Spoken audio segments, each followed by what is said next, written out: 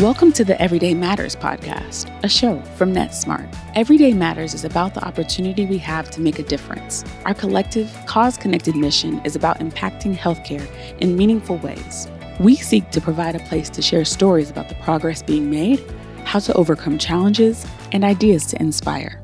Each conversation is about the work being done and the opportunity before us. Whether it's about advocacy, awareness, or challenging stigmas, we know that together anything and everything is possible. Let's get into the show where we learn from yesterday in pursuit of tomorrow.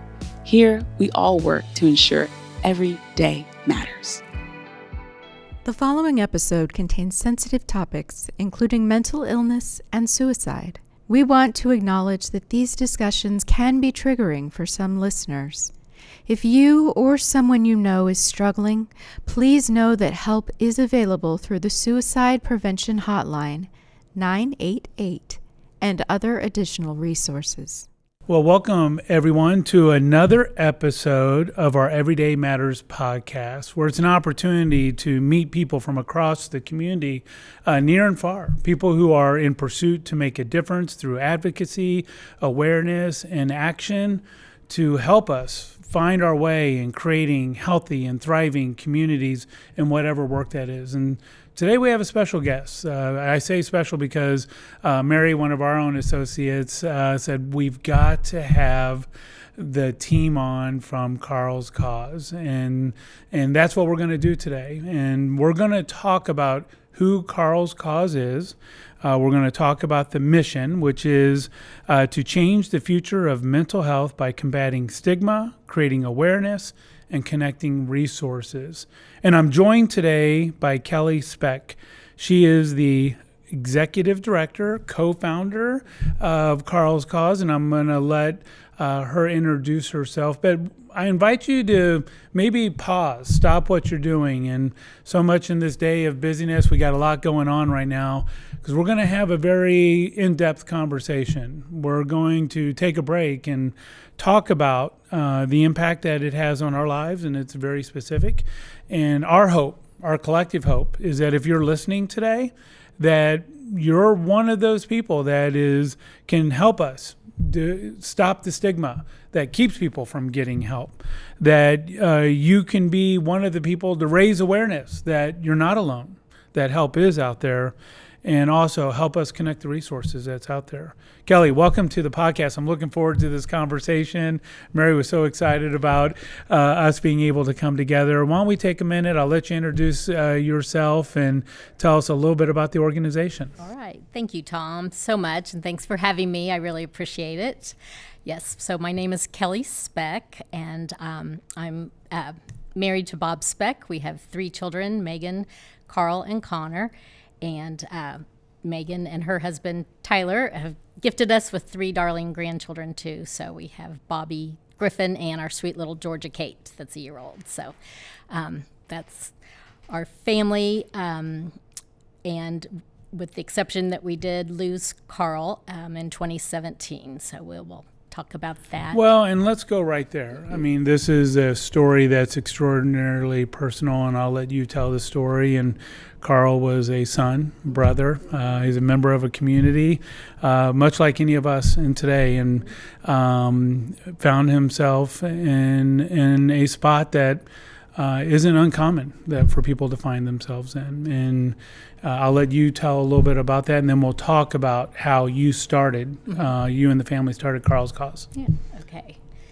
So I do love talking about Carl because he was a great son, and we were very, very proud of him. He just was, a remarkable, kind human to begin with. But in high school, he was a 3-sport athlete. He was in NHS. He just had the ability also, though, to really find those people who maybe were left out and kind of include them and make a difference.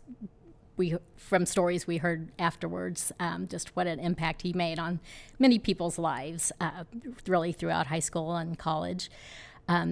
Carl went on to K-State and was an industrial engineer student, and his whole life he had never had any issues with depression or anything. He was kind of my easy one. compared to his younger brother, who had some difficulties in life that we, continue to work with. But Carl pretty much had the world by the tail, as I always said. He was very handsome, but also very kind. So, but it was during his sophomore year in college at K-State that he had a mental health crisis. He actually had a break, like a mental breakdown, I guess you could call it.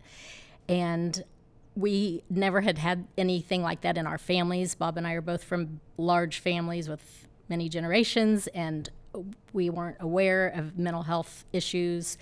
We'd never seen this before. Carl never had anything like this before, so it really came out of the blue. We didn't know what to do, where to turn, and through some help with the college, and we were able.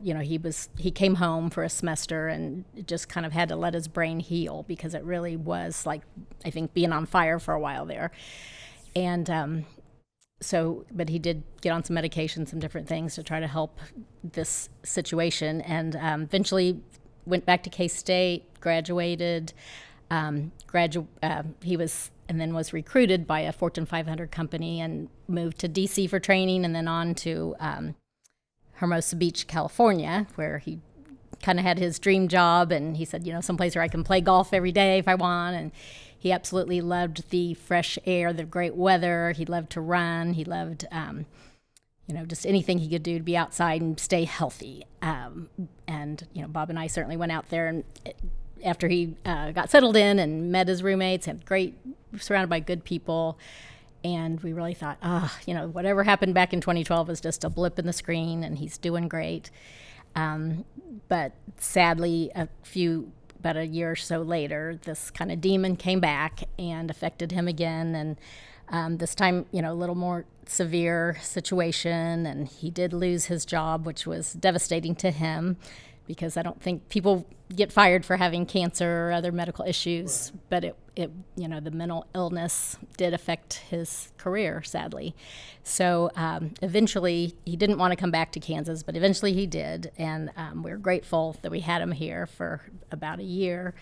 And that whole year, though, it was just sad watching him trying to, figure things out. And we were trying to get better resources for him.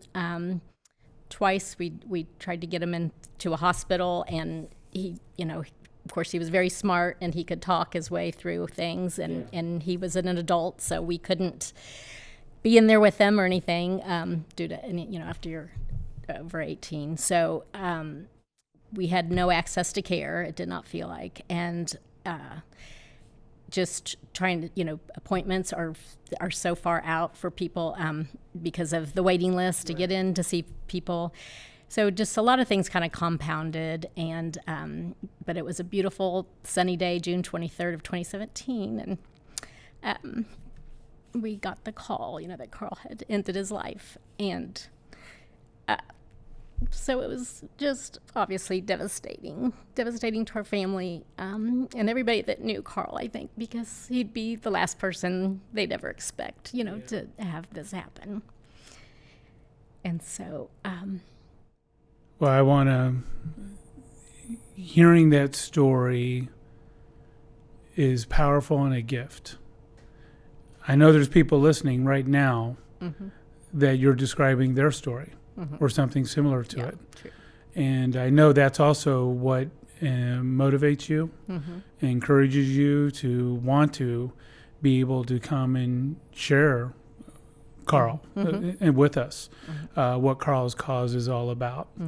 And you mentioned that 2017 wasn't that long ago, and yet we know there's still more work and better ways for us to be able to connect with people.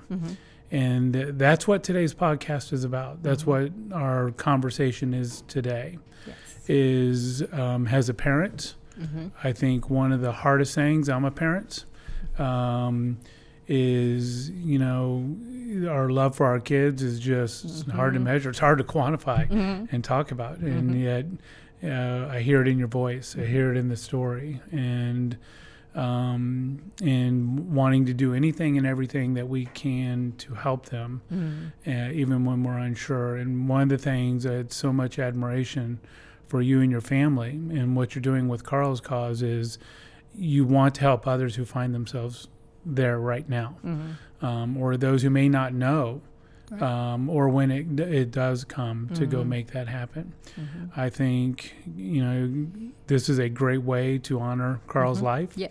And so with that, that's what today's is about, is we're going to go from that moment that has changed your life, and you and your husband and family members are finding a way to take what has been really hard and use it for good. And if you're listening today, that's what we want to talk about today. These stories are incredibly hard. They're impactful. They all speak to us in different ways.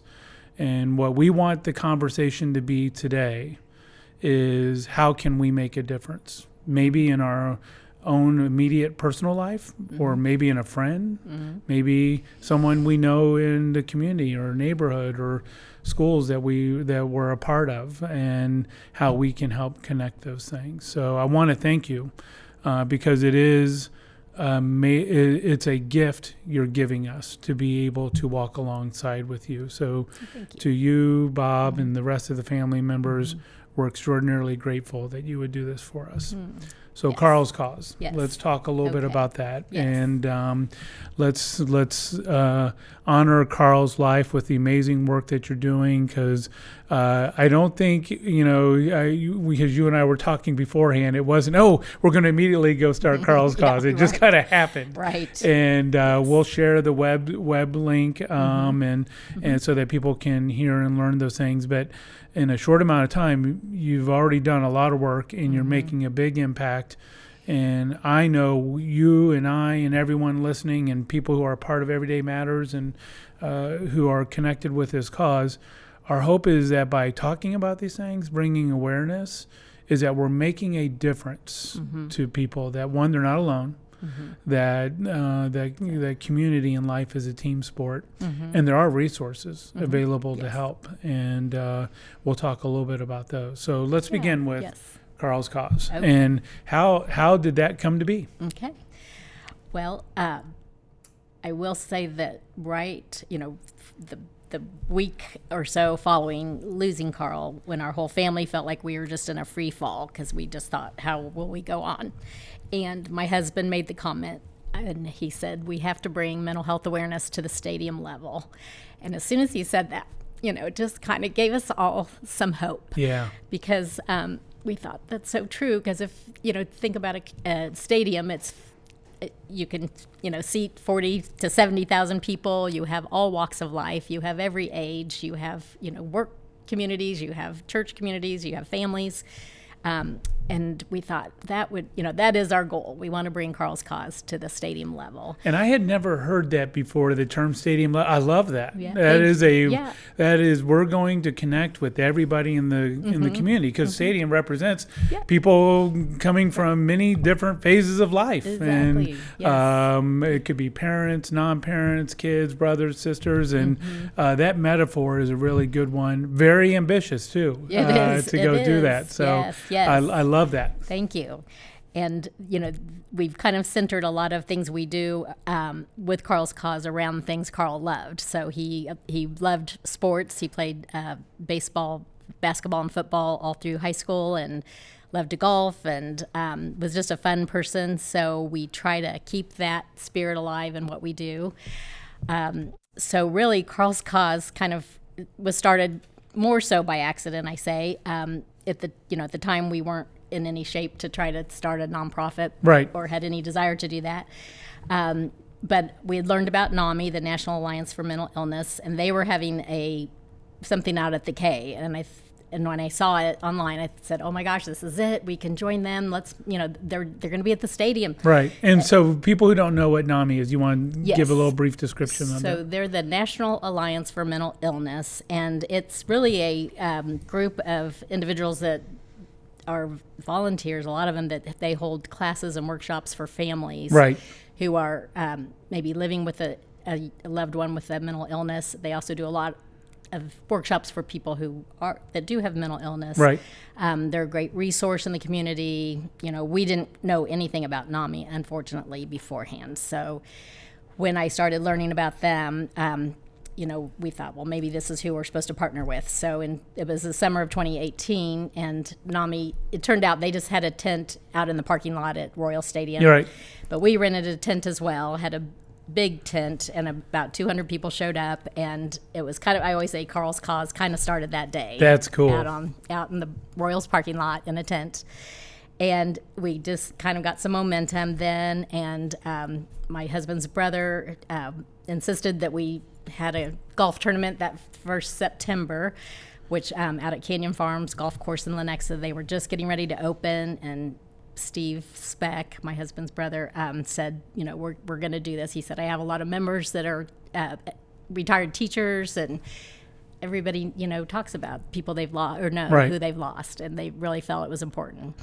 So reluctantly, we had a golf tournament and raised money, and so then became the time to be where we had to figure out, what direction we wanted to go and what we wanted to do with Carl's Cause.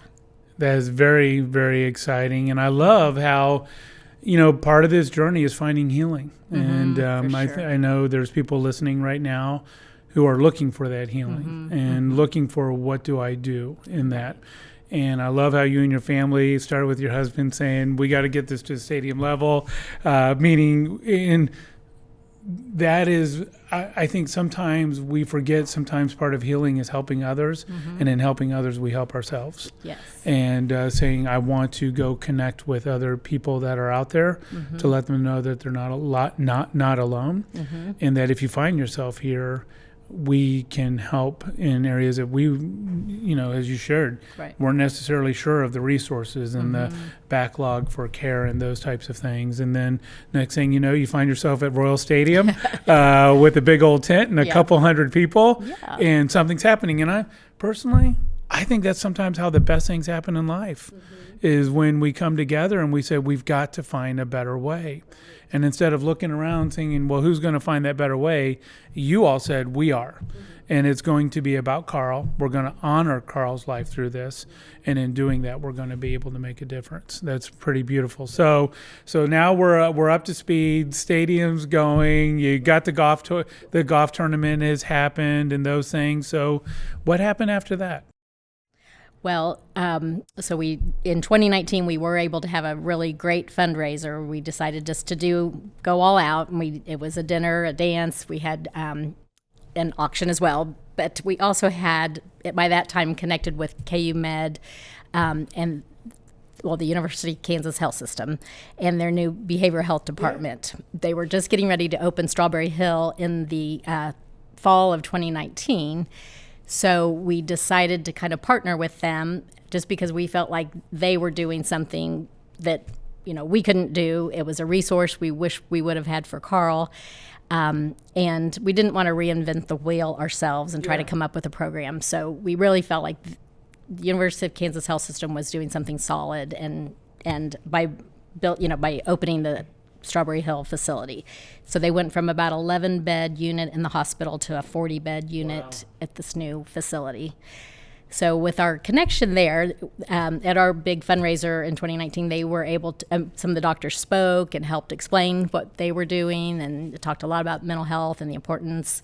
And then we had a fun live band and, danced and people, celebrated and enjoyed themselves. And we had over 400 people at that event that night.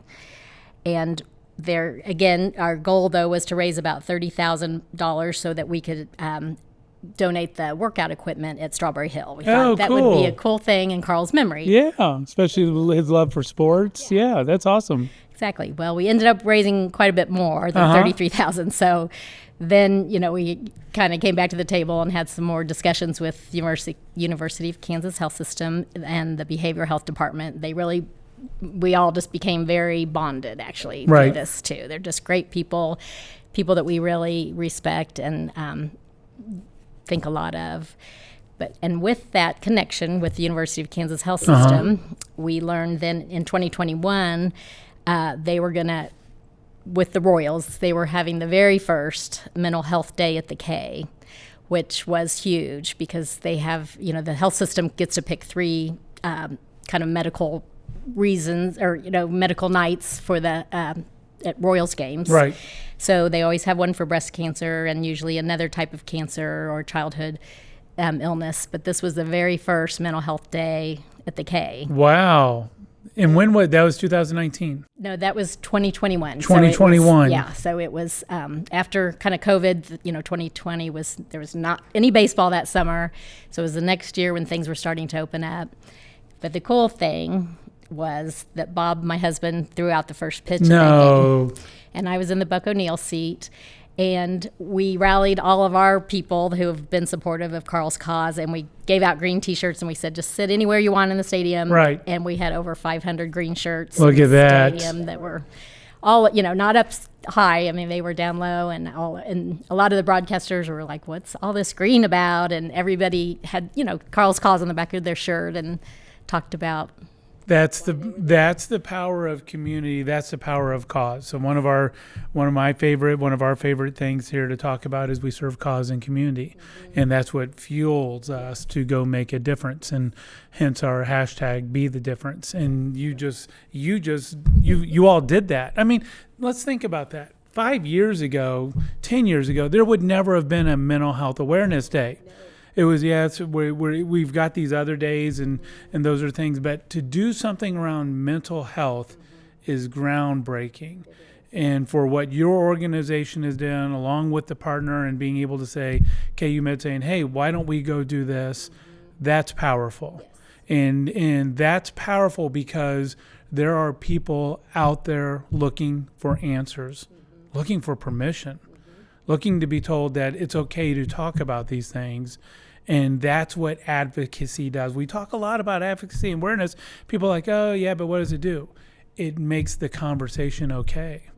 You all are making the conversation okay to have, whether it's you or us personally, whether it's someone in our family member or community. And Carl's making an impact in the work that you all are doing by honoring and sharing his life. So pretty special, pretty amazing, pretty cool. And for people who don't know or aren't necessarily connected directly with some of the mental health, green is the color that we choose to use. I'm wearing my green bracelet right here, Everyday Matter, and it's to let other people know that we're supporting you, thinking about you, and we're absolutely advocating for you. So, well, that's pretty big to be able to go do that and have over 500 people there, and that makes a big difference. So, kudos to you all. So, what happened after that? Well, I mean, I will say that was like such a... You're like, what else do we do, right? Mic drop. I don't know. How do we top that? Yeah, exactly. I know. And the next year, the Royals were like, okay, let's have another night. We can bring out 500 people. Like, I don't know if we can... without Bob throwing out the pitch again, and I think that was a lot of it that people That's really cool, that, yes. But it was cool. So actually, the next summer, with Blue Cross and Blue Shield and the Royals, we partnered with them and... because we were in conversation, and I said it was the summer that they were rolling out the 988 crisis hotline. Yeah. So I said, can we please wait until July? What a perfect timing. Do a night. Yeah. So we had our Carl's Cause night that night. I think it rolled out on a maybe Friday or Saturday, and the next game was like on a Tuesday. Yeah. And also happened to be the K-State night, which Carl was there's always so many coincidences. And yes. In fact, the game in 2021, we were playing the Chicago White Sox, and they put the initials up on the scoreboard. Well, Carl's initials are Carl William Specht, CWS. Oh, wow. And then this 988 game, I thought, I'm just going to see who they're playing. And sure enough, it was the Chicago White Sox again. Amazing. So there's just a lot of little things that just give us hope. And because we feel like it is definitely a connection there that we're seeing those signs. And that is very cool. And 988, do you want to talk a little bit? Not everybody is familiar with 988. Yes. Big deal. We've spoken about it on a few podcasts because, again, another resource that wasn't available before. Because who do you call? Right. And many times we call 911, but that's for a different type of emergency. Do you mind briefly sharing why 988 is such a big deal for us? Yeah, I will.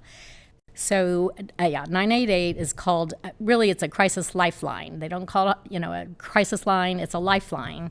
So it doesn't mean that somebody is in dire need that moment that something's going to happen. It can also, you can use this resource. They have licensed counselors on that are there, and they can help with any kind of resource that you need. And sometimes it's even a financial help that maybe a young mother might need help with. Right. Something that isn't always mental health. There are different crises, obviously, it's a lifeline. But when they first, it is a federal number, so it's across the whole United States.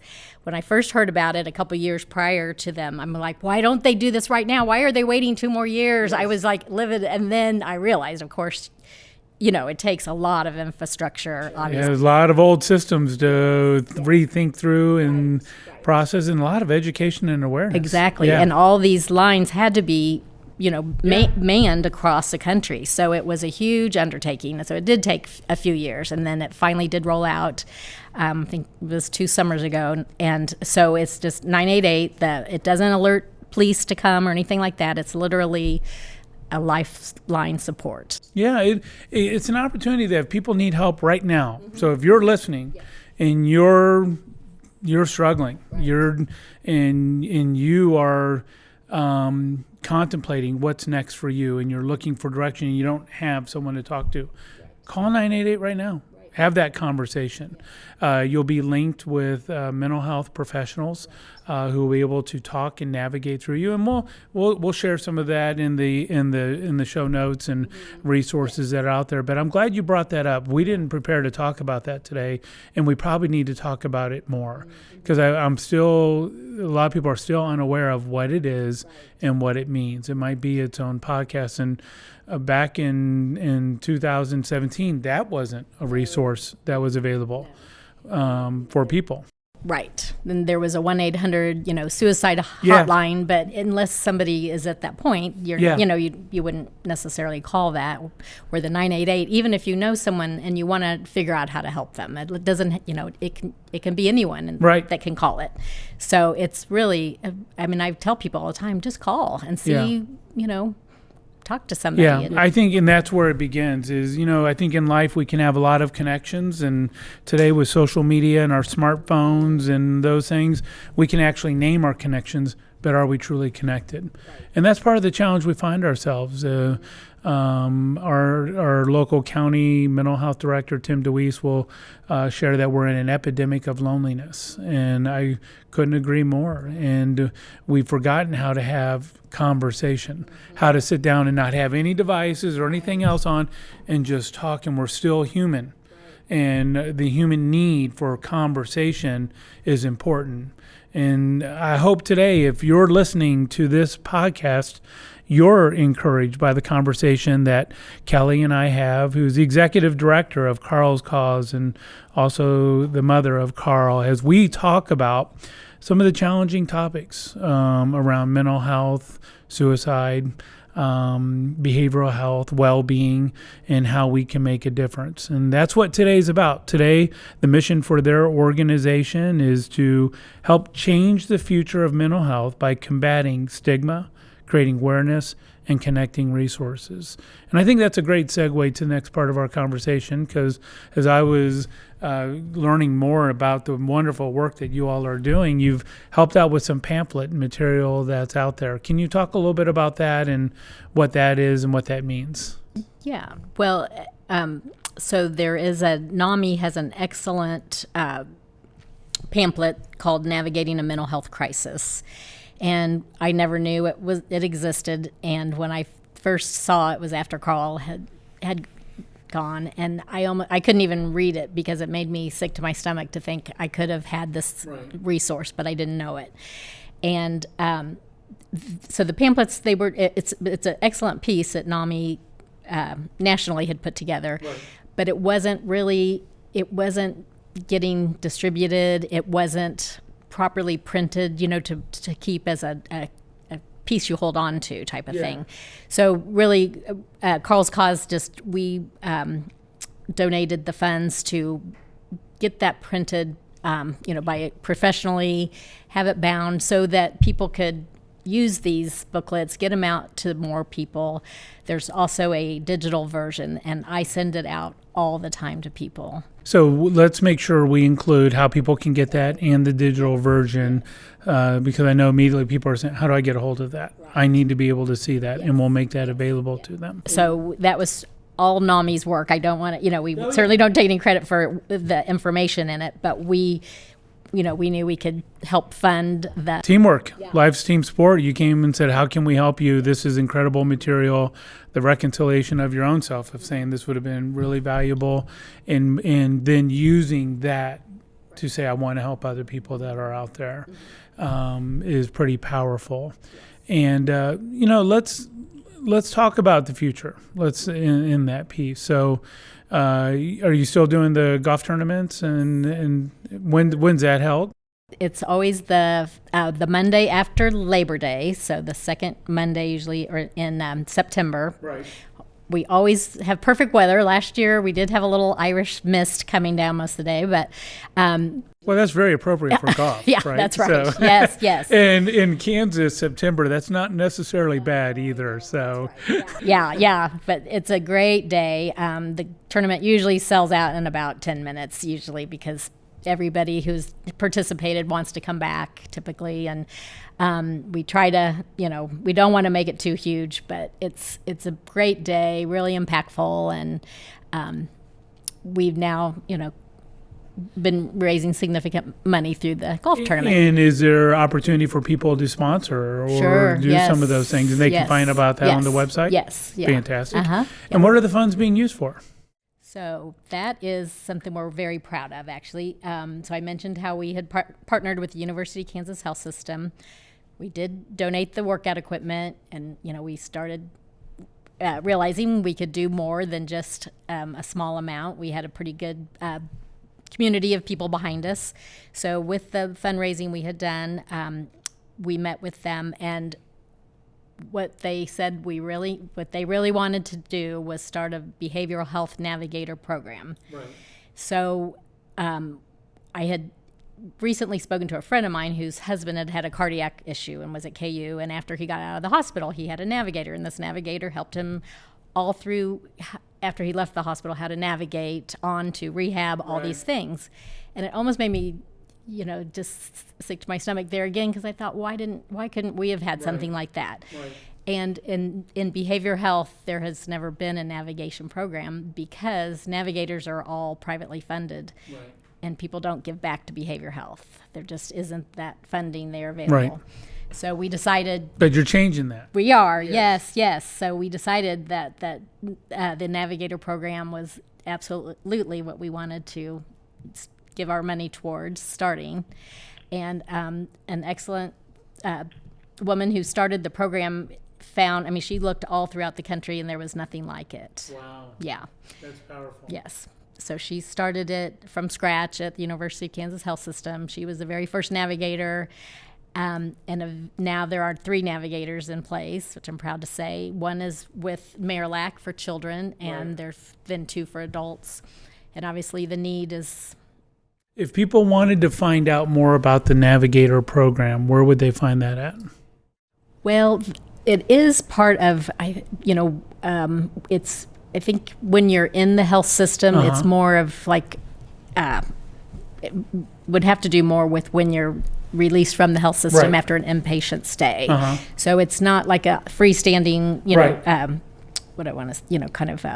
And we have many providers that listen to the podcast, and then we work with them in the community. And I know I could just imagine they're thinking, I want to hear more about this Navigator program. So we'll find, I know there's been some write-ups on it and things spoken.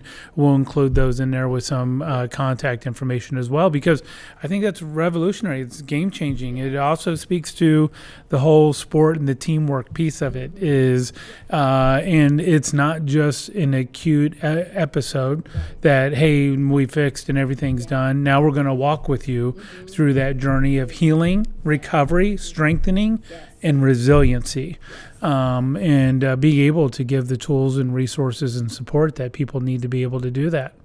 How powerful is that? And this is why organizations such as your own and Carl's Cause start is you're filling a gap, a void that hasn't been out there, and raise your hand and saying, we're going to use this to make a difference and find a way to do it. Question for you. I know many good things have happened. You've impacted lives. You mind sharing a couple of the things that have come out of Carl's Cause and the impact it's had in the community and the people you know? Sure. Well, there is a really great story on our website, and it's kind of like it's incredible. But at one of our golf tournaments, we always have a big box of green rocks. We call it the Green Rock Project. It's something one of Carl's fraternity brothers had started in Colorado and told us about it. So we basically have green rocks that have a positive saying and our website and everything on the back. And so one of our daughter's friends had come in from Minnesota to play in the golf tournament, and she took a green rock back with her. She left it on a golf course called Madden, which I guess is Madden's. It's a beautiful golf course in Minnesota. Left it on the golf course, didn't think anything of it. And so October 13th happens to be Carl's birthday, and I opened up my laptop because I thought, well, I should check the Carl's Cause, emails, because I don't look at them every day. And there was an email that said, "You saved my life."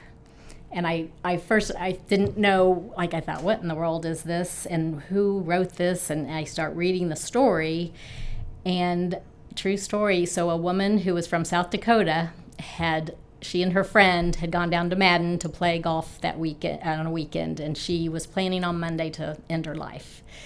A lot of times people do something they love, they seem really good right beforehand, right. And they're on it because they have a plan, and she had a plan for Monday. She was going to end her life. And so on Saturday they were playing, and her ball bounced next to the green rock. No.